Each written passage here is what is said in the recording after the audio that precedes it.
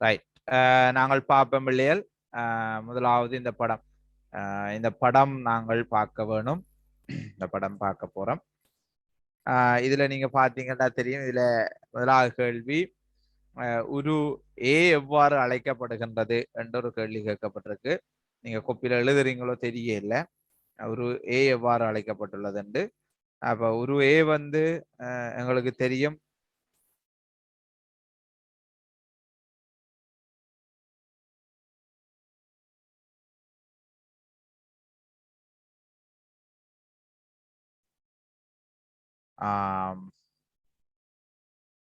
எங்களுக்கு தெரியும் அதாவது ஏ உரு வந்து சிகிரியா குன்று தெரியும். என்னது? சிகிரியா குன்று. இங்கிருந்து ஆட்சி செய்த ஆட்சியாளன் யார்? யாருன்னு சொல்லுங்க பாப்போம். காசியப்பன். காசியப்பன். இனோஷன் கனகாலத்துக்கு பிறகு போல. அப்படியா? இனோஷன் வந்து நியூ பட்ஜ் என்ன? இனோஷன் இந்த வருஷம் போல வார 2022 வரல. ஓம் sir. Good evening sir. Okay. Good evening. அப்போ குட் ஈவினிங். அப்ப ஆறு வரையில Madhushan okay, Mithushan okay, Krish okay, Shruti okay. Okay okay. இத வந்து நாங்கள் சொல்லலாம் என்னண்டு, இங்கிருந்து ஆட்சி செய்த ஆட்சியாளன் யார் என்று பார்த்தோம் என்றால் காசியப்பன். காசியப்பன் மன்னன் ஆட்சி செய்திருக்கிறார். அடுத்தது, இங்கு காணப்படும் உலக புகழ்பெற்ற அல்லது உலக புகழ்பெற்ற ஓவியம் என்ன சொல்லுங்க பாப்போம். சீகிரியா ஓவியம். சீகிரியா ஓவியம் வந்து உலக புகழ்பெற்ற ஓவியம். இந்த இடத்தை பார்த்து ரசித்தவர்கள் தமது கருத்துக்களை பதிந்துள்ள சுவர் எவ்வாறு அழைக்கப்படுகின்றது? பளிங்கு சுவர் என்று அழைக்கப்படுது. என இந்த சிகிரியா ஓவியத்தை பார்த்தவர்கள் தங்களுடைய கருத்துக்களை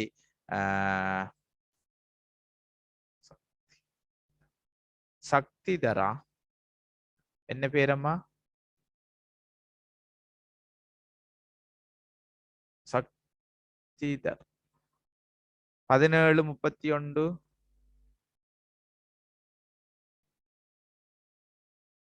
விளங்குதாசர் கூப்பிடுறது 1731 என்ன பேரம்மா? பேர் வாசிக்க முடியலதான்.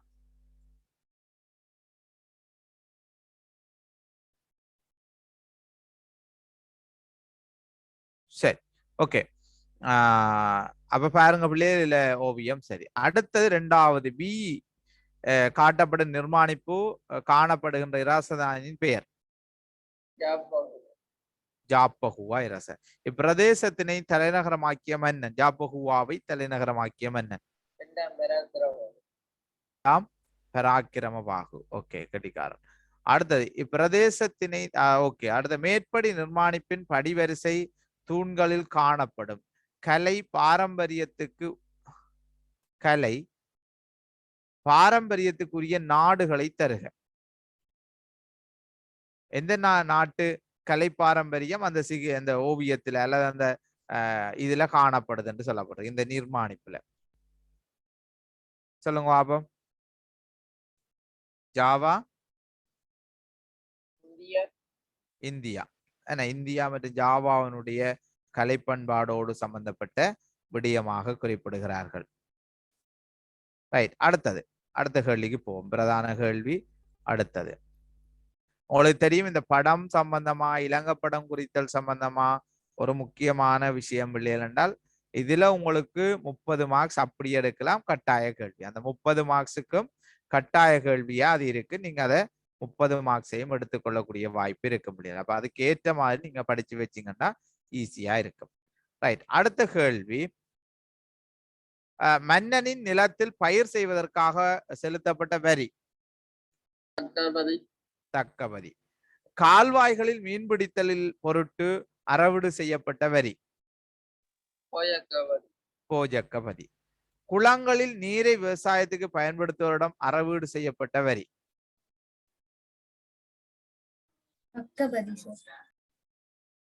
விளங்கல்ல.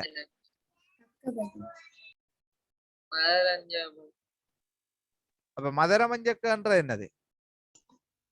அது வாய்க்கால்கள்ல மீன் பிடிப்பதற்காக. ஓகே. அடுத்தது இது போஜக்கபதி அரசனுக்கு சொந்தமான இடங்களை பரிசீலனை. போஜக்கபதி, அடுத்தது மதுரமஞ்சக்கு, அடுத்தது தக்கபதி. ஓகே, மாறி வருமா? போஜக்கபதி, அடுத்தது மதுரமஞ்சக்கு, அடுத்தது தக்கபதி.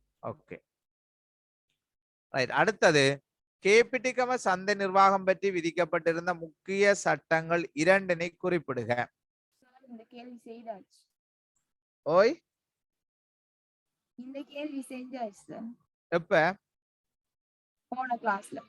அப்பயே நீங்க சொல்லல இல்ல ஃபுல்லா ஜெயிட்டோம் அவ்வளவு. அதான் சார். ஆம். ஓகே, இப்ப ஜாயின் ஆனீங்களா? ஆம் சார். Okay okay. அடுத்த பாருங்க பிள்ளைகள், அடுத்த கேள்வி அதுவும் பார்த்தாச்சு சார். 3வது கேள்வியும் பார்த்தாச்சா? ஆம். ஓகே ஓகே, அப்ப காய்ச்சி கொண்டிருக்கிறோம் அதை பத்தி. 4 ஐயோ பேப்பர் செட் பண்ணல. அடுத்தது பரவாயில்ல. 4வது கேள்வி பார்த்துட்டோமோ? ஆம் சார், 4வதும் பார்த்துட்டோம்.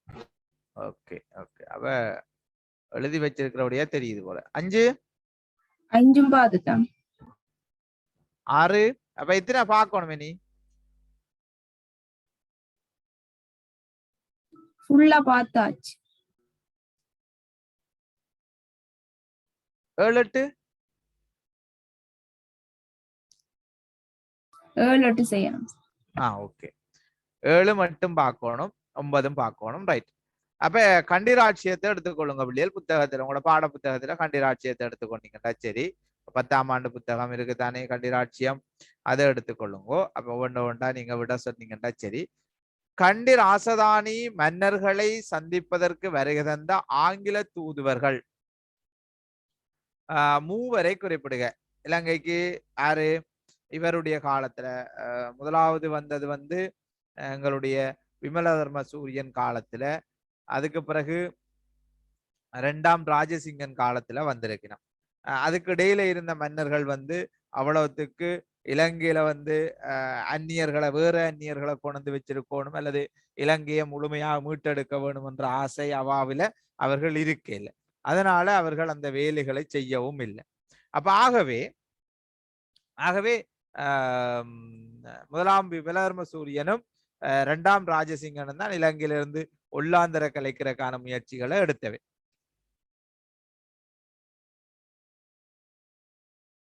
இப்ப சொல்லுங்க பாப்போம், யார்த்த காலத்துல யாரு யாரு இலங்கைக்கு வருகை தந்தவர்கள்? இலங்கைக்கு வருகை தந்த தூதுவர்கள். ஜான் பைப்பஸ் வரும்போது கீர்த்தி ஸ்ரீ ராஜசிங்கன். ஜோன் பைபஸ் வரும்போது யார் இருந்தது? கீர்த்தி ஸ்ரீ ராஜசிங்கன் இருக்கிறார். அதுக்கு முன்னுக்கு ஆளுநர்களை கேட்டிருக்கா, தூதுவர்கள் ஆங்கில தூதுவர்கள். பிரித்தானிய தூதுவர்கள் ஒன்று ஜோன் பைபஸ். சரி. கியூபாய்ட்டும் அடுத்தது ராபர்ட் ஆண்ட்ரூஸ் என்ற 3 பேர் இலங்கைக்கு வருகை வந்திருக்கிறார்கள். என்ன? ஜோன் பைபஸ், அடுத்தது கியூபைட், அடுத்தது இன்னொரு ஆள் சொன்னீங்க, என்ன பேர்? Robert Andrews.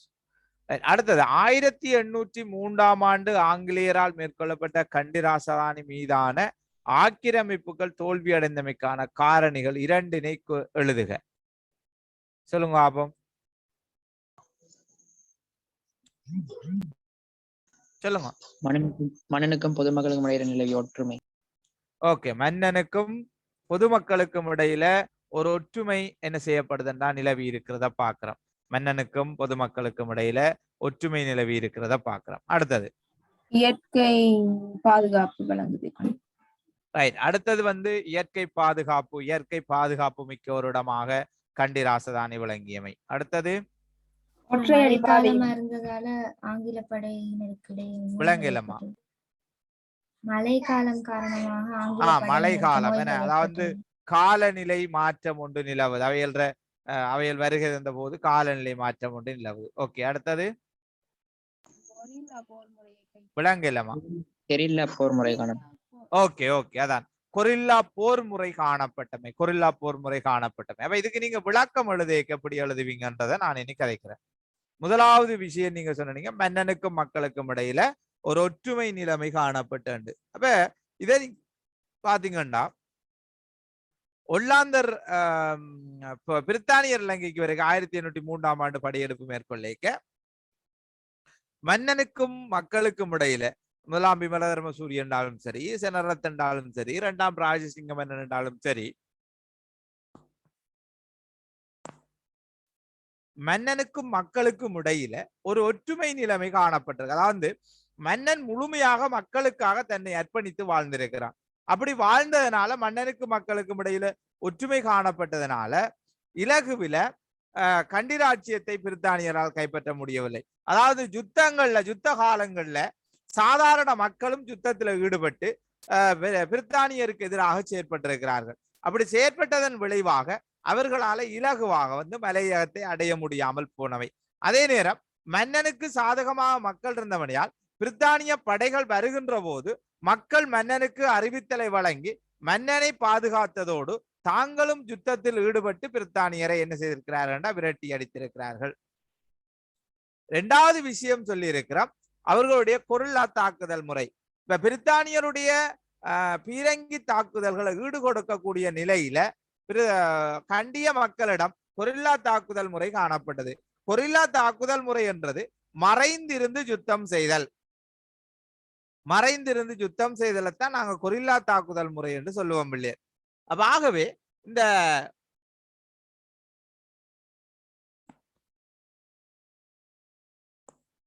கண்டிய மக்கள் மரங்களுக்குள்ளும் மலைகளுக்கு பின்னரும் காடுகளுக்குள்ளும் மறைந்திருந்து பிரித்தானிய படைகள் வருகின்ற போது அவர்களை எதிர்த்து என்ன செய்திருக்கிறார்டா, கொரில்லா மறைந்திருந்து தாக்குதல் மேற்கொண்டிருக்கிறார்கள். அதுக்கு நாங்கள் சிறந்த எடுத்துக்காட்டாக சொல்றோம்னா, மலையின் உச்சிகளை கற்களை அடுக்கி வைத்து மலையின் அடிவாரத்தில் படையினர் வருகின்ற போது கற்களை உருட்டி விட்டு யுத்தம் செய்திருக்கிறார்கள். மரங்களுக்குள் மறைந்திருந்து விஷம் பூசப்பட்ட அம்புகளால அவர்களுக்கு எய்திருக்கிறார்கள். கன்னிகளை வைத்து பிரித்தானிய படைகளை கொத்து கொத்தாக என்ன செய்திருக்கிறார்கள், அழித்திருக்கிறார்கள். இவ்வாறான கொரில்லா தாக்குதல் முறை, அதாவது மறைந்திருந்து தாக்குகின்ற தாக்குதல் முறையை என்ன செய்திருக்கிறார்கள், பின்பற்றி இருக்கிறார்கள் என்று நாங்கள் பார்க்கிறோம் பிள்ளைகள்.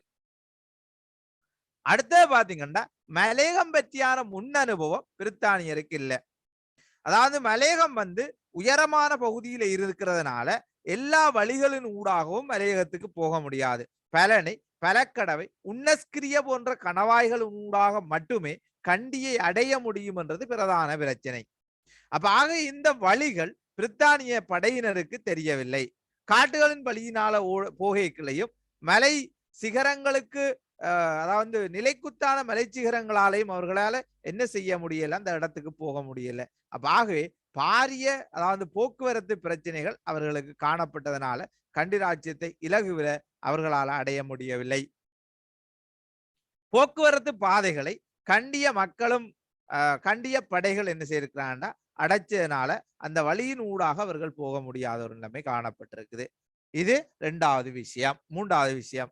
நாலாவது விஷயம் பிள்ளைகள், அந்த குறிப்பிட்ட காலத்தில், அந்த யுத்தம் நடைபெற்ற காலத்தில் 1803ஆம் ஆண்டு பொறுத்து பிரித்தானியருடைய படையெடுப்பு காலத்துல அந்த இடத்துல காலநிலை மாற்றம் ஒன்று வருது. இப்ப கண்டிய படைகளுடைய ஆயுதங்கள் எந்த சூழல்லையும் வேலை செய்யக்கூடிய, ஏன் கல்ல உருட்டி விடுறதும், ஒரு நிமிஷமா, ஒரு நிமிஷம் பிள்ளைகள், கிளாஸ்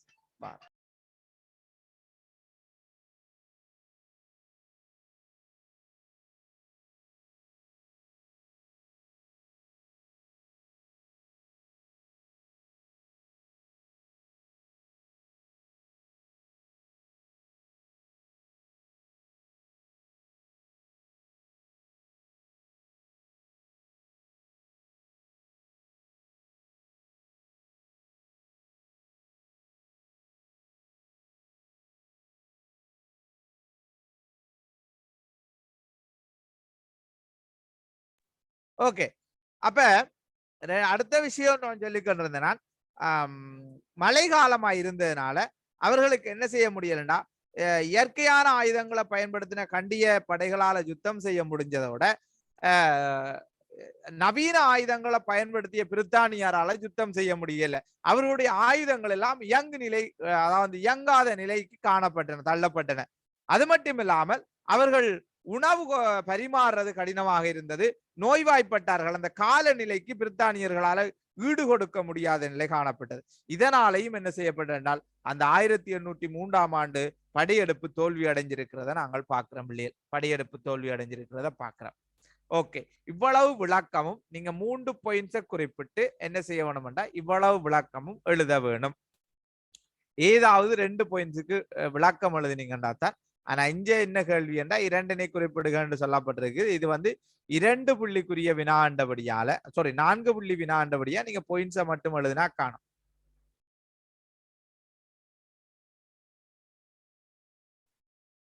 இதை விட 5 புள்ளிக்கோ அல்லது 6 புள்ளிக்குரிய வினா தந்தால் நான் சொன்ன மாதிரி நீங்க விளக்கமா எழுதினீங்கன்னா சரி. ஆனா விளக்கமா எழுத வேணுமா? ஓகே, அடுத்த கேள்வியை வாசிங்க.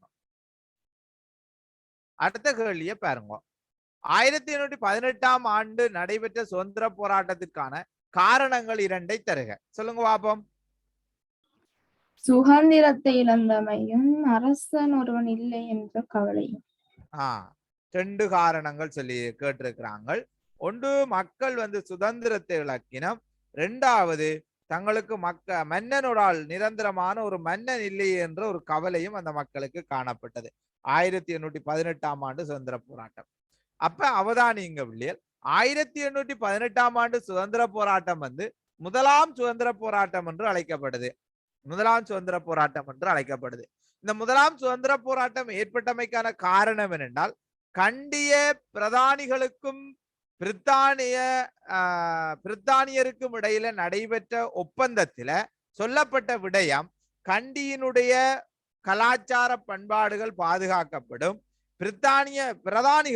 பிரதானிகளுக்கு சகல அதிகாரங்களும் வழங்கப்படும் என்றுதான் அந்த ஒப்பந்தம் செய்யப்பட்டது. ஆனால் அந்த ஒப்பந்தத்தின் பிரகாரம் அங்க செயற்பட இல்லை. ஏன்னா அதே நேரம்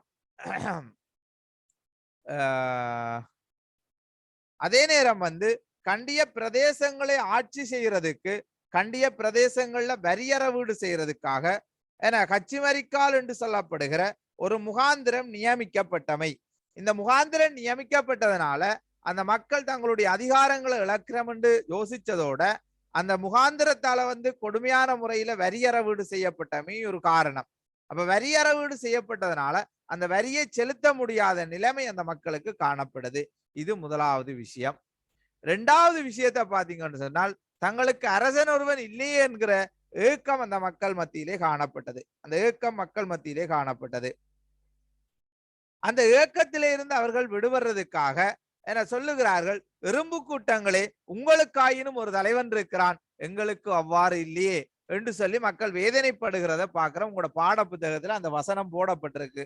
என எறும்பு கூட்டங்களே, உங்களுக்காயினும் ஒரு தலைவன் இருக்கிறான், எங்களுக்கு இல்லையே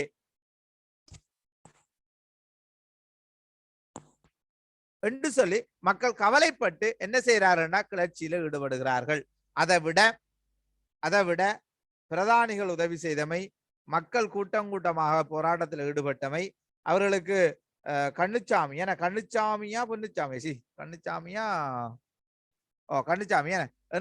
என்ற பெயரில் ஒரு மன்னனால் உருவாக்கப்பட்டமை.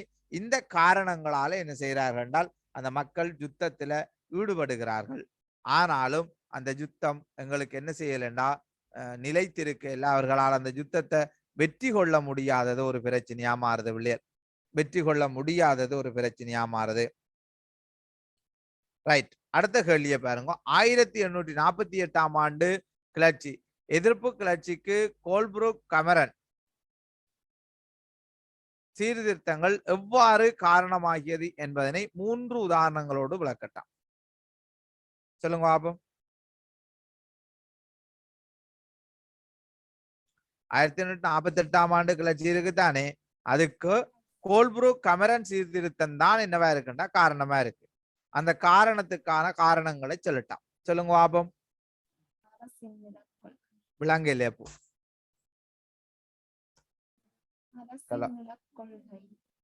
ஓய் தரிசு நில கொள்கை. ஓகே, முதலாவது காரணம் தரிசு நில கொள்கை. அடுத்தது ஓகே, கிராம சபைகள் செயலற்று போனமை. அடுத்தது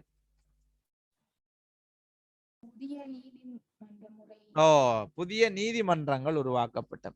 அப்ப இந்த 3 காரணிகளையும் நாங்கள் பார்ப்போம். முதலாவது காரணி சொல்லுகிறார்கள், முதலாவது காரணி தரிசு நில சட்டம்.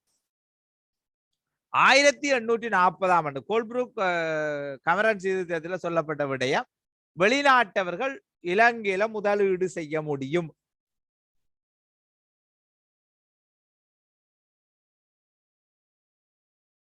வெளிநாட்டவர்கள் இலங்கையில முதலீடு செய்ய முடியும் என்று சொல்லி என்ன செய்யப்பட்டிருந்தாண்டா அந்த ஜாப்பில் எழுதப்பட்டிருந்தது. அப்ப ஜாப்பில் எழுதப்பட்டதன் விளைவாக 1840ஆம் ஆண்டு என்ன செய்யணும் என்றால், சரி அதுல எழுதிட்டாங்களானே, அந்த எழுதினதன் பிரகாரம் என்ன செய்ய வேணும் என்றால் இலங்கையில ஆட்சியை மாற்ற வேணும். ஆகவே ஆட்சி மாற்றுறதுக்கு என்ன செய்யலாம் என்று பார்த்தால் 40ஆம் ஆண்டு பார்த்துச்சுன்னா காணிகள் சும்மா தானே கிடக்குது, அந்த காணிகளை பிடிச்சு அரச உடைமையாக்குறதோட அதை தனியாருக்கு விற்பம் என்று முடிவெடுக்கணும். வித்தா அவைகளுக்கு ஒரு வருமானம் வருந்தானே, அந்த வருமானத்தை பெற்றுக்கொள்றதுக்காக விற்கிறதுக்கான முயற்சி எடுக்கிறார்கள். ஒரு நிமிஷம் இருங்க பிள்ளைகள், அப்படியே லைன்ல இருங்க, வாரணும். ஒரு 5 minutes இருங்கோ, வாரனா.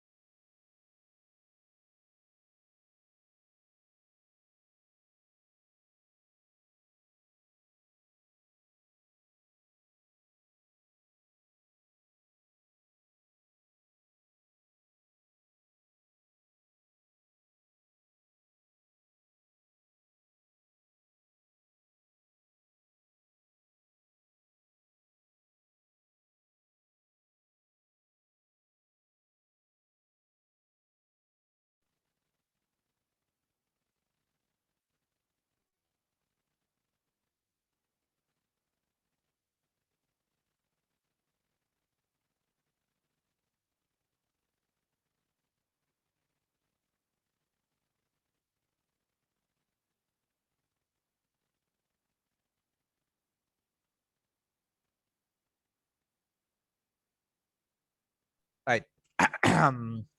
விதுசன், ஓகே. அப்ப அவதானிங்கோ, என்ன விஷயம் காய்ச்சி கொண்டு நான், ஐயோ என்ன விஷயம் பிள்ளைய காய்ச்சி கொண்டதுனா தரிசு நிலக்குள். ஓகே.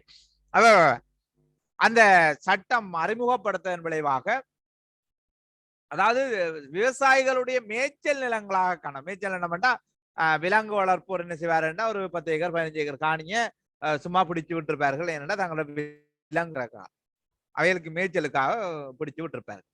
அந்த மேய்ச்சல் நிலங்கள் எல்லாம் சும்மா ஆடு மாடு தானே மேய்தண்டு பிரித்தானியர் என்ன செய்வாங்கன்னா அதெல்லாம் அரச உடைமையாக்குனதோட அதை தனியாருக்கு பிடிச்சு விட்டு விட்டாங்க.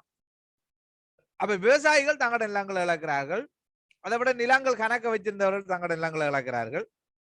அப்ப எப்படிதான் அவங்களுக்கு எதிராக செயற்படுறேன் அவர்கள் பார்த்து கொண்டிருக்கிறார்கள். இரண்டாவது என்ன நடக்குன்னு சொன்னா, கிராம சபைகள் தங்களுடைய அதிகாரங்களை இழக்குது. ஏனென்றால் நீதிமன்றத்துக்கு நான் டவுனுக்கு தான் போகணும், நீதி அரசர்கள் தான் போகணும், ஏதாவது பிரச்சனை அங்கதான் போகணும்டா. இப்ப பிரச்சனைக்கு தீர்வு தான் மக்கள் கிராம சபைகள்கிட்ட அதிகமா போனவே. அப்ப பிரச்சனைக்கு தீர்வுக்கு அங்க போய்க்க அங்க அவர்கள் வரி செலுத்த வேண்டியதே இருந்தது. அப்ப ஆகவே பிரச்சனைக்கு தீர்வு காண்றதுக்காக மக்கள் நீதிமன்றங்களுக்கு போய் இங்க என்ன நடக்குன்னு சொன்னா கிராம சபைகள் தங்களுடைய செயற்பாடுகளை இழக்குது.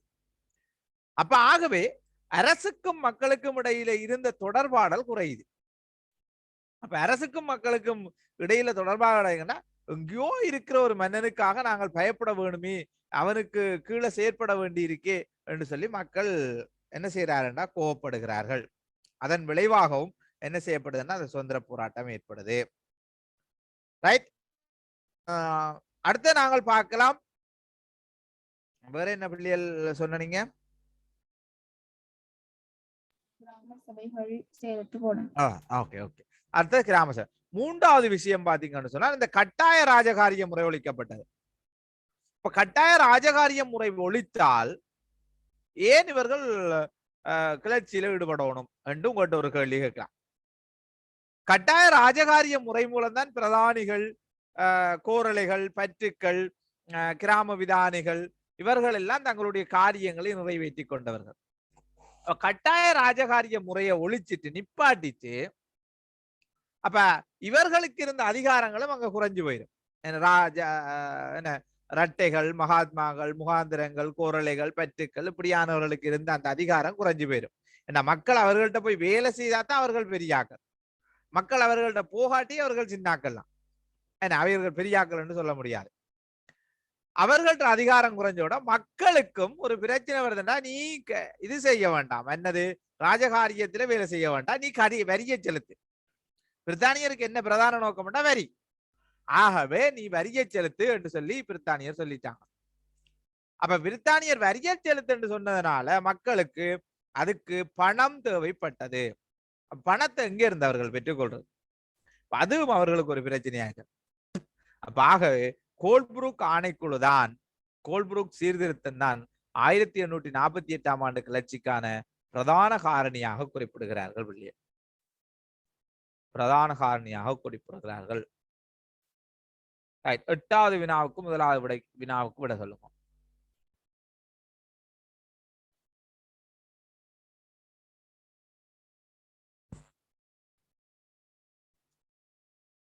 பிள்ளைகள், இலங்கை மீது அதிகாரத்தினை செலுத்திய ஐரோப்பிய நாடுகள் 3 தருக.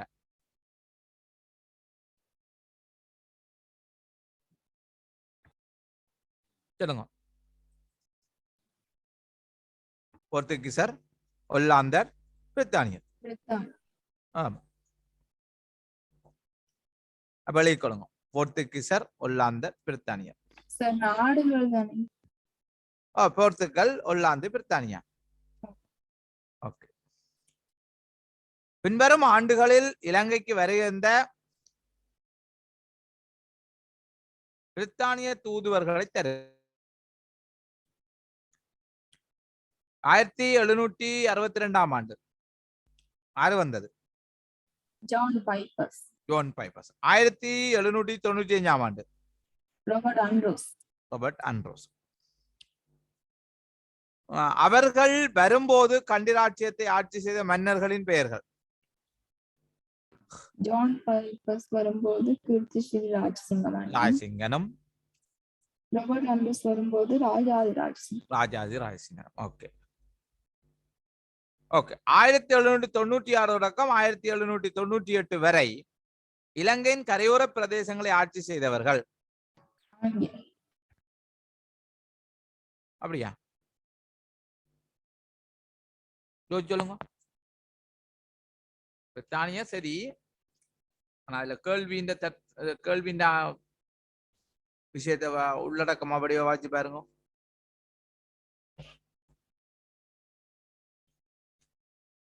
ஸ்ருதிகா, கிரஸ் ஒரு வடிவா இதுக்கு விட சொல்லுங்க பாப்போம். கரையோரத்தை அந்த நேரம் இந்த சென்னை ஆட்சி மற்றது அப்படியே பேரெல்லாம் சொல்லுவாங்க இல்லையா? என்ன சென்னை நிர்வாகிகள் ஆராய்ச்சி செய்தது? சென்னை நிர்வாகிகள். அடுத்த கேள்வி, அவர்களின் ஆட்சி முறை பற்றி 2 காரணிகளின் அடிப்படையில் விளக்குக. சென்னை நிர்வாகம் பற்றி சுருக்கமாக தருக என்று சொல்லி நீங்க படிச்சிருப்பீங்க. சென்னை நிர்வாகம் சொல்லுங்க பாப்போம். பதிவிட பிரதிநிதி ஒருவர் நியமிக்கப்பட்டார். Okay good. அடுத்தது, வரி வசூலிப்பதற்காக அவர்தான் உதவி பரிசோதகர்கள் நியமிக்கப்பட்டார்கள். ஓகே. வரி வசூலிப்பதற்கு கலெக்டர் எனப்படும் ஒருவர் நியமிக்கப்பட்டார். என்னம்மா பேர்? கலெக்டர்கள். ஓகே. அவர்களுக்கு உதவியாக அவுமில்தார்கள் நியமிக்கப்பட்டனர். ஓகே, அவர்களுக்கு உதவியாக அவுமில்தார்கள் நியமிக்கப்பட்டனர்.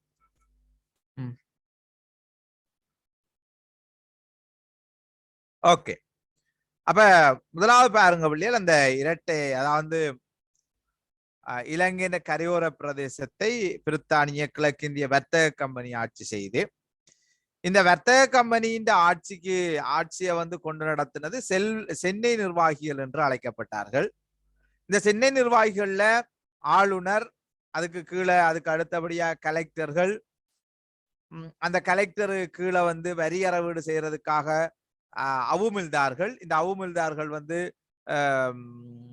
ஏல விற்பனை முறை மூலமாக தெரிவு செய்யப்பட்டிருந்தார்கள். இவ்வாறான முறையில் இவர்களுடைய பிரதான நோக்கமாக வருமானத்தை சேகரித்தலே பிரதான, இலங்கையை வந்து அடிமைப்படுத்துறதும் வருமானத்தை சேகரித்தலுமே இவருடைய பிரதான நோக்கமாக காணப்பட்டிருக்கின்றது என்று சொல்லி நீங்க அதுக்கு விடையை எழுதுவீங்க. அடுத்து 1797 இலங்கையில் கரையோர பிரதேசத்தில் ஏற்பட்ட கிளர்ச்சிக்கான காரணம் சொல்லுங்க. 1797 கரையோர கிளர்ச்சிக்கான காரணம் புதிய வரிகளை விதித்தமை. ஓகே, அதான் சரி. வேற பணமாக செலுத்த. ஓகே, பணமாக செலுத்த வேண்டி ஏற்பட்டமை. ஓகே, வரி அறவீட்டாளர்கள் சென்னை நிர்வாகிகள் ஆகிய அமுவில்தார்களாக காணப்பட்டமை, புதிய வரிகள் அறவீடு செய்யப்பட்டமை, கொடூரமான முறையில் வரி அறவீடு செய்யப்பட்டமை, இதெல்லாம் பெருமன. அப்ப முதல்ல இருந்து பார்ப்போம். இதுவரை மக்கள் என்ன செய்தார்கள்டா, தாங்கள் வந்து தங்கள்கிட்ட இருந்து உற்பத்தி செய்யப்பட்ட பொருட்களைத்தான் வரியாக, உதாரணத்துக்கு நான் ஒரு 100 தேங்காய் பிடுங்கினா ஒரு 10 தேங்காய மன்னனுக்கு கொடுக்கிறது.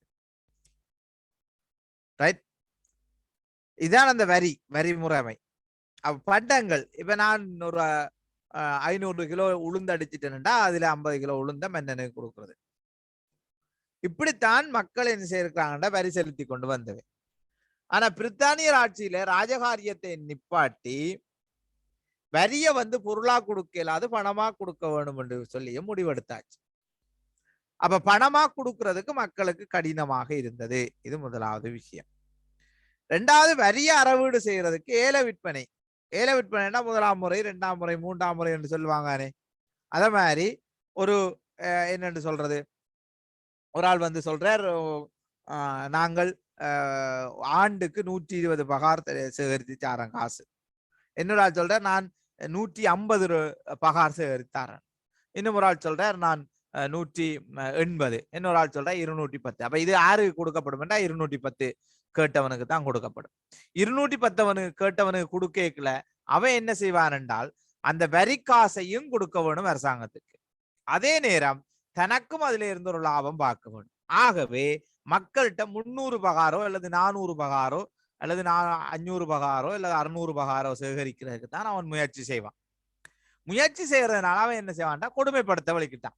அடி உத என்ன, இப்ப உதாரணத்துக்கு ஒரு ஆள் வரி செலுத்தலைன்னா வீட்டுல கூட்டி கொண்டு வந்து என்ன வாசலுக்கு வச்சு பிரித்தானிய படைகளை கொண்டு வச்சு அவருக்கு அடி போடுறது, அடிக்கிறது, கொல்றது, தலையை சிதைக்கிறது, தலைமுடியை கொய்கிறது, இப்படி பல்வேறு கொடூரமான தண்டனைகளை வழங்கினார்கள்.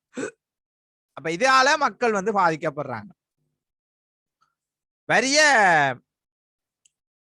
அடுத்தது பாத்தீங்கன்னு சொன்னா, அதுல அடுத்து என்ன காரணம் சொன்ன நீங்க?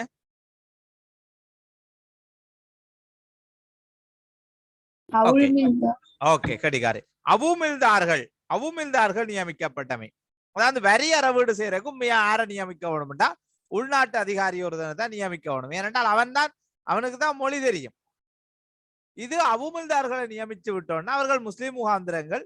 அப்ப இலங்கை சிங்களவர்கள்ட்ட அவர்களால பேச முடியல. வரி அறவிட போய்கள அவர்கள் மக்கள் வந்து தங்களோட பிரச்சனைகளை சொன்னாலும் அந்த பிரச்சனைகளை அவர்களுக்கு விளங்கல. அவர்களுக்கு பிரதான நோக்கமாக காசு தான் காணப்பட்டது. அதனால மக்கள் என்ன செய்யறாங்கண்டா, உள்நாட்டு அதிகாரிகளை நியமிக்க சொல்லி கிளர்ச்சி செய்யறாங்க. ரைட், அடுத்த காரணம்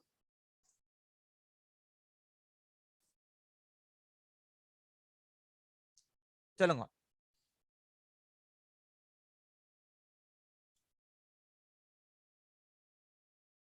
அவ்வளவுதான் பாத்துக்க.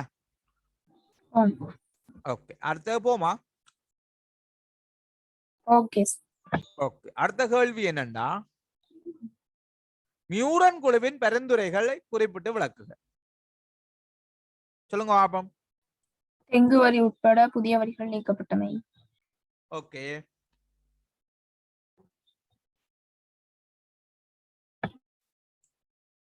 புதிய வரிகளை பற்றி நான் உங்கள்ட்ட அப்போது கதைக்கல. ஓம் சார். அதுவும் ஒரு காரணம். என்னண்டா, புதிய வரிகள்ண்டா உண்மையிலேயே மக்கள் என்னத்துக்கு வரி கட்டினவன்டா, ஒல்லாந்தர் ஆட்சி காலத்திலும் சரி, போர்த்துகீஸ் காலத்திலும் சரி, தாங்கள் உற்பத்தி செய்ததுக்கு தான் வரி அறவீடு செய்தாங்க. உற்பத்தி செய்யற ஆண்டுக்கு கருவாயு இருக்கிறதுக்கு, அடுத்தது நிலம் கணக்கு இருந்தா அந்த நிலத்துக்கு, அந்த பயன்தரு மரங்கள், அது அந்த பயன்தரு மரங்களால அவர்களுக்கு நிறைய வருமானம் வருது, அதுகளுக்கு மட்டும்தான் அறவீடு செய்யப்பட்டது. இவங்க என்ன செய்யறாங்கண்டா, உப்பு வரி, நாய் வரி, நாய் வளர்க்குறதுக்கெல்லாம் வரி செலுத்தினா எல்லாமே யோசிச்சு பாருங்க பிள்ளைகள். அங்க ஒரு வீட்டை போனோம், அங்க 12 நாய் நிக்குது. ஹார்ட்வேர் நடத்துறவர் அந்த ஆட்ட 12 நாய். அதாவது சும்மா நாயால் ஒரு 7 நாய்க்கு, ஊர் நாய் என்று சொல்லுவோம் தானே, அது ஒரு 7. இந்த அலிசேஷன் அது இதுன்னு சொல்லி அதுலயும் ஒரு நாய், 12 நாய் மொத்தமா எண்ணி பார்த்தேன். இதை விட வேற எங்க நிக்கோரி அவட்ட வீட்டை, இந்த கோவிட் காலத்துக்குள்ள அவட்ட வீட்டை போய் நான் அந்த சாமான வேண்டிய, அதாவது ஹார்ட்வேர் சாமான் வந்து வீட்டுல போய் வேண்டி இருந்தவடைய வீட்டுக்குள்ள போய் பார்க்க அந்த நாய் எல்லாம் படுத்து கிடக்கு. ஹார்ட்வேர் அந்த பின்பக்கத்துல 4 நாய் நிக்குது, அங்கால பின்னுக்கு நிக்குது, அங்கால ஒரு ரூம் நான் பார்த்தேன் அதுக்குள்ள நிக்குது, இப்படி எல்லாம் நிக்கு. சில கட்டாம நிக்கிற நாயில் எங்க பின்னுக்கு எங்க நிக்க வரைக்கும் எனக்கு நான் எண்ணுனா 12 நாய். 12 நாய்க்கு எங்க என்ன மாதிரி சாப்பாடுன்ற அதுக்கு தனியை சமைக்கிறதான்.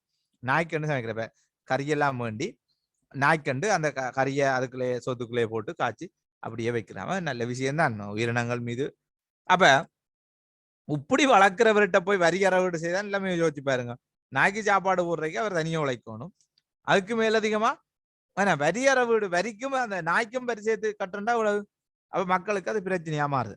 உண்மையா அந்த காலத்துல வேடுவர்கள் இருந்தவர்கள், வேடுவர்னா பிரதான தொழிலாக வேட்டையாடுதலை கொண்டிருந்தவர்கள் இருக்கிறார்கள். சாதாரண எங்களை மாதிரி ஆக்கள். இப்ப நானெல்லாம் முந்தின காலத்துல, நானும் உங்களை மாதிரி ஓயல் படிக்கிற காலத்துல, 10ஆம் ஆண்டு படிக்கிற காலத்துல அந்த காட்டுக்குள்ள நாயை கூட்டி கொண்டு திரிகிறது. நானே 4 நாய் வளர்த்தேன். என்ன அப்ப நீங்க பள்ளிக்கூடம் போக இல்லையாண்டு லட்சியா கேட்கிறா போலோடக்கு போனதுதான். ஆனா அதை விட இதுலதான் விருப்பம் கூட. குளத்துல திரிகிறது, குளத்து தண்ணியில பாயிறது, குளிக்கிறது. ஏன்னா ஓயல் படிக்கைக்கெல்லாம் நாங்கள் இருந்த இடம் ஒரு தீவு மாதிரி, சுத்தி தண்ணி தான். தீவு இல்ல, தீவு மாதிரி, அதாவது பெரிய குளம். அப்ப அந்த குளத்தின் தண்ணி எப்பவும் பாஞ்சோண்டு இருக்கும்.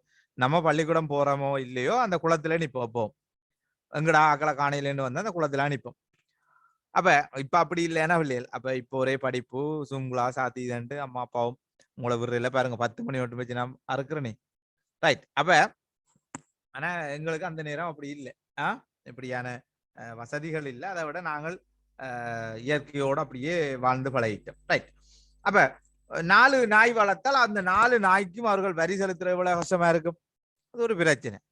நாய் வரி, ஆள் வரி, ஆளுக்கும் வரி. இப்ப ஒரு குடும்பத்துல 5 பேர், 5 பேருக்கும் வரி. உழைக்கக்கூடிய நிலையில இருக்கக்கூடிய 10 பேர் ஒரு குடும்பத்தை. அந்த காலத்துல எங்கட தாத்தாட்ட உங்களுக்கு எத்தனை பிள்ளைகள் கேட்டா 2 டசன் சொல்லுவேன்.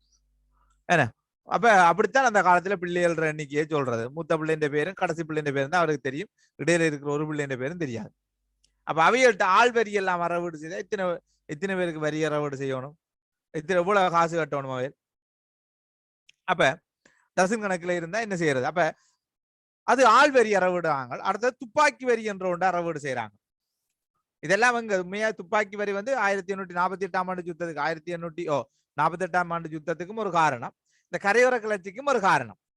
உப்பு வரி, புலி வரி, நாய் வரி, வேற என்ன வரி பிள்ளைகள் அறவீடு செய்யப்பட்டது புத்தகத்தில் இருக்கிற சொல்லுங்க பாப்போம். புகையிலை வரி, என்ன தெங்கு வரி, இப்படி புதிய புதிய புதிய வரிகள் எல்லாம் அறவீடு செய்யப்படும். இதுல மியூரன் குழு என்ன செய்ய என்றால் இந்த தெங்கு வரி அதுகளை நிப்பாட்டுது. அது ஒரு பக்கம் இருக்க, இவ்வாறான வரிகள் அறவீடு செய்யப்பட்டமே ஒரு பிரதான காரணியா இருக்குது. ரைட். இப்ப விட சொல்லுங்கம்மா, பி கேள்விக்குரிய விடைய. தெங்கு வரி உட்பட புதிய வரிகள் நீக்கப்பட்டமை. ஓகே. உள்ளாந்தரின் நீதிமன்ற முறை மீண்டும் தாவித்தமை. ஓகே. இரட்டை ஆட்சி முறை அறிமுகப்படுத்தப்பட்டமை. ஓகே. மியூரன் குழுவின் சிபாரிசுகள்ல முதலாவது தெங்கு வரி நீக்கப்படுது. நான் சொன்னேன்னா அது அவுமில்தார்களை நிப்பாட்டுங்கடாப்பா, அவங்க வேண்டாம், இந்த ஏல விற்பனை முறை வேண்டாம், உள்நாட்டு அதிகாரிகளை நியமிங்க. அதான பிரச்சனை, பிரதான பிரச்சனை அவுமில்தார்கள்லாம். அப்ப அவுமில்தார்கள் நிப்பாட்டி போட்டு உள்நாட்டு உள்நாட்டு அதிகாரிகளை வந்து வரியறவுக்கு நியமிங்கன்றதை அவற்றை 2வது சிபாரிசா இருக்கு.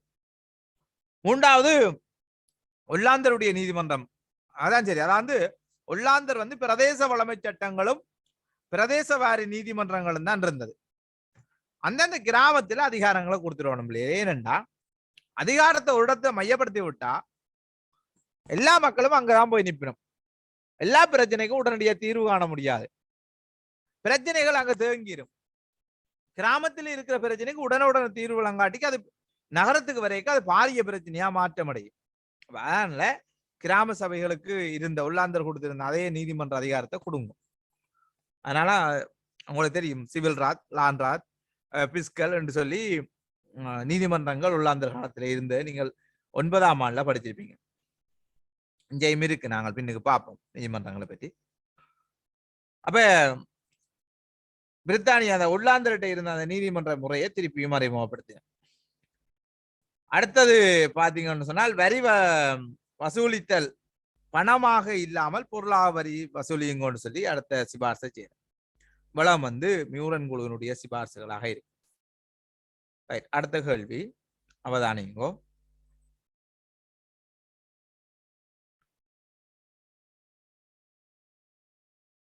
வர்த்தக நடவடிக்கைகளில் வளர்ச்சியினால் இத்தாலியின் தோற்றம் பெற்ற வர்த்தக நகரங்கள் 3 குறிப்பிடுக. சொல்லுங்க பாப்போம். Florence, Genoa. Okay. Venice, Florence, Genoa. 9வது வினா. அடுத்த கேள்வி, கீழே தரப்பட்டுள்ள கண்டுபிடிப்புகளுடன் தொடர்புடைய கண்டுபிடிப்பாளர்களை ஏபிசி என்ற ஒழுங்கில் எழுதுக. புவியீர்ப்பு விசை ஐசாக் நியூட்டன். நியூட்டன். தொலைநோக்கி கலிலியோ கலிலி. Galileo Galilei. சி வந்து கோள்கள் சூரியனை நீள்வட்ட பாதையில் சுற்றுதல்.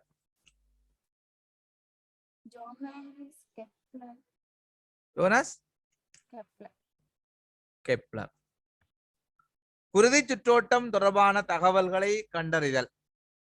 வில்லியம் ஹோவோ. அடுத்தது, கைத்தொழில் புரட்சியினால் சமூகத்தில் ஏற்பட்ட சாதகமான விளைவொன்றினையும் பாதகமான விளைவொன்றினையும் குறிப்பிட்டு விளக்குக. கைத்தொழில் புரட்சியால ஏற்பட்ட சாதகமும் இருக்கு, பாதகமும் இருக்கு. அதுல ஒவ்வொன்றை என்ன செய்யட்டாம், விளக்கட்டாம். சொல்லுங்க பாபம். சாதகமான விடயங்கள் வந்து அதிக அளவிலான நகரங்கள் தோற்றம் பெற்றன. ஓகே. அதனால் மக்களின் வாழ்க்கை முறை பாரிய மாற்றம் பெற்றது. ஓகே. மக்களுக்கு அதிக அளவில் வேலை வாய்ப்புகள் தோற்றம் பெற்றன. அதுவும் சரி. ஓகே. அப்ப பாதகமான விளைவு, சிறுவர்களும் பெண்களும் வேலைக்கு அமர்த்தப்பட்டமை. Okay, good. மதுபாவனை பயன்பாடு அதிகரித்தமை. Okay, good. துஷ்பிரயோகங்கள் இடம்பெற்றமை. துஷ்பிரயோகங்கள் இடம்பெற்ற. அப்ப நன்மையான விளைவுகள் என்று பார்த்தோம்னா, அதாவது கைத்தொழில் புரட்சி காரணமாக ஏற்பட்ட சமூக சாதக மாற்றங்களை பார்த்தோம்னா, சமூகத்தில் ஏற்பட்ட சாதக மாற்றங்கள் ஸ்ருதியா சொன்ன அவ்வளவு பெறும். சமூக வர்க்க நகரங்கள் வளர்ச்சி அடைந்தமை, கல்வி விருத்தி அடையுது, போக்குவரத்து விருத்தி அடையுது, அந்த சமூக தொடர்பாடல் விருத்தி அடையுது, சுகாதார மேம்பாடுகள் விருத்தி அடையுது, மற்றது சிந்தனையாளர்கள் வளர்ச்சி அடைகிறாங்க. இவ்வாறு பல்வேறு சமூக மாற்றங்கள் ஏற்பட்டிருக்கிறத பார்க்கிறோம். அதே நேரம் சாதகமான மாற்றங்கள், அதே நேரம் பாதகமான மாற்றங்களும் நிலவி இருக்கிறத பார்க்கிறோம். என்னென்ன பாதக மாற்றம்னு சொல்லுங்கம்மா. சிறுவர்களும் பெண்களும் வேலைக்கு அமர்த்தப்பட்டமை. ஓகே, சிறுவர்களும் பெண்களும் வேலைக்கு அமர்த்தப்பட்டதுன்னா அது ஒரு பாதகமான மாற்றம். சூழல் மதுபாவனை மாசுபடுதல். பயன்பாடு அதிகரிப்பு. சூழல் மாசடைந்தமை ஒரு இரண்டாவது காரணம். ஓகே, துஷ்பிரயோகங்கள் இடம்பெற்றமை. துஷ்பிரயோகங்கள் இடம்பெற்றமை, சமூக மதுபாவனை ஏற்றத்தாழ்வு. பயன்பாடு, ஓய், மதுபாவனை பயன்பாடு ஓ, அதிகரிப்பு. மதுபாவனை பயன்பாடு, சமூக ஏற்றத்தாழ்வு, இவ்வளவு பாதகமான விளைவுகளாக இருக்கும். அடுத்த கைத்தொழில் புரட்சியானது இலங்கை மீது செல்வாக்கு செலுத்தி, எதுவும் கடந்த வருடங்களில் நடைபெற்ற பரீட்சை வினாத்தாள்கள் இந்த கேள்வியும் வந்திருக்குது. அப்ப நாங்கள் அதை பார்த்து வச்சுக் கொள்வோம். கைத்தொழில் புரட்சியானது இலங்கை மீது செல்வாக்கு செலுத்திய விதத்தினை 3 காரணிகள் ஊடாக விளக்குக. இலங்கையின் அமைவிடம். ஓய், விளங்க இல்லம்மா.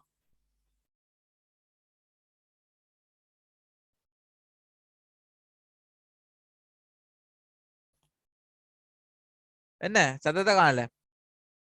முதலாவது பாருங்க பிள்ளைகள், போக்குவரத்து. ஓகே, சொல்லுங்கம்மா. பொருளாதார துறையில் மாற்றங்கள் ஏற்பட்டன. மாற்றம் ஏற்படுது. போக்குவரத்து துறை. போக்குவரத்து தொடர்பாடல் துறை மாற்றம் அடையுது. 2ஐயும் வச்சு கொண்டு எழுதுனா சரி. 3 கேட்டிருக்கு. அப்ப 3வது சொல்லுங்க பாப்போம். போக்குவரத்தோடு தொடர்பாடு நிகழ்கிறது. அப்படி இல்லாம சமூகத்துறையில் ஏற்பட்ட மாற்றத்தை எழுதியுள்ளோம். சரியா? முதலாவது பாருங்க, கைத்தொழில் புரட்சி காரணமாக இலங்கையில பொருளாதார விருத்தி ஏற்படுது. அது எப்படி என்று பார்த்தோம்னா, தேயிலை, ரப்பர், தென்னை போன்றன என்ன செய்யப்படுதுன்னா கைத்தொழில் மயமாக்கப்படுது. கைத்தொழில் மயமாக்கப்படுது. அதுக்கான நவீன இயந்திர சாதனங்கள், இப்ப தேயிலை, ரப்பர் போன்ற பொருட்களை பதனிடுறதுக்காக நவீன இயந்திர சாதனங்களை இலங்கையில கொண்டு என்ன செய்யறாங்கன்னா அறிமுகப்படுத்துகிறார்கள். அடுத்த போக்குவரத்து மற்றும் தொடர்பாடல், பிரித்தானியாவில் அமைக்கப்பட்ட மெக்கடம் முறையை கொண்டு என்ன செய்யறாண்டா இலங்கையிலேயும் அமைக்கிறார். மெக்கடம் முறை அமைக்கப்பட்டது. அது மட்டும் இல்லாமல் குதிரை தபால் சேவை, சாதாரண புகையிரத தபால் சேவைகளை என்ன செய்யப்படுறதுண்டா ஆரம்பிக்கப்படுது. அப்ப இது என்னவா இருக்கும் என்றால் செல்வாக்கு செலுத்திய காரணிகளாக இருக்கும். இலங்கையின் விருத்தியினை 3 காரணிகள் ஊடாக விளக்குக என்று சொல்லப்பட்டிருக்கு. அப்ப இந்த காரணிகளை குறிப்பிட்டு நீங்க விளக்கி விட்டீங்கன்னா சரி. ஓகே தானே? விளங்கிட்டா பிள்ளைகள்? ஓகே, நாங்கள் அப்ப இதோட நாங்கள் இந்த வகுப்பை நிறைவு செய்து கொள்வோம். மீண்டும் அடுத்த கிளாஸ்ல சந்திப்போம். Okay, bye, good night, God bless you. Thank you, sir. Bye, sir. Good night. Good night. Thank you, sir. Bye, sir. Good night, sir. Bye, good night.